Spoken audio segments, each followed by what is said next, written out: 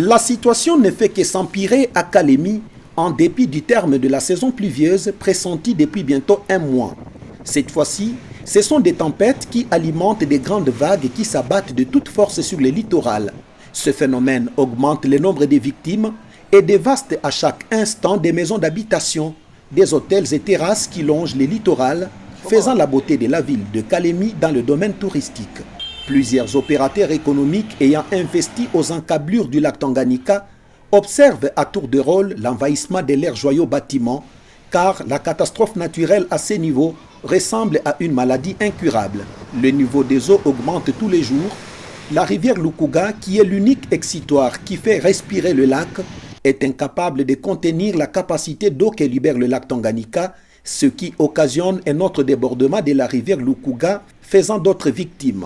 Les 3 communes de la ville de Kalemi se voient naturellement coupées par les eaux.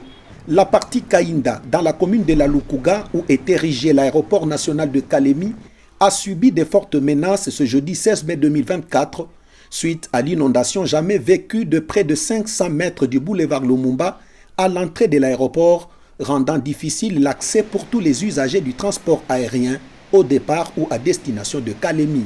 À ce jour, selon les statistiques de la Division provinciale des actions humanitaires, plus de 7000 ménages dans la ville de Kalemi, hormis les infrastructures de base, restent sans abri.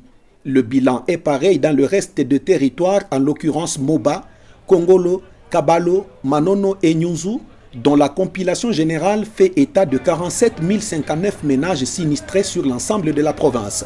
Le gouvernement de la République, également avec ses partenaires, mais également des institutions internationales, ont intérêt à jeter un regard particulier sur la situation qui prévaut actuellement dans la province du Tanganyika, étant donné que la vie de l'humanité est en danger.